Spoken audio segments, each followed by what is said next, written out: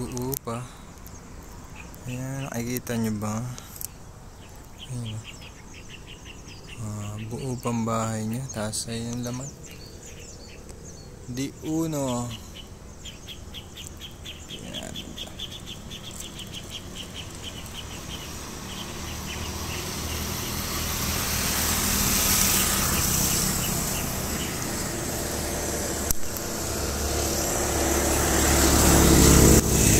Maliit pa pala. Marka 1. Yan kung tawagin. Di uno sa amin. Yan.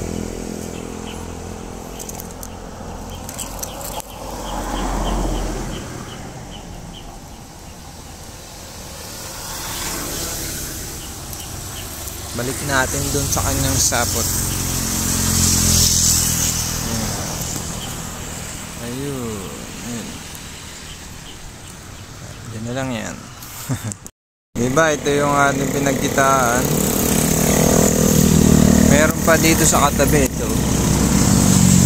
Sapot. Ayun. Pula pusod din nata.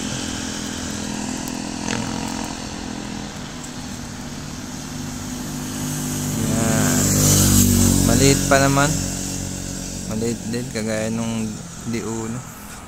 Ito yung sinabot na.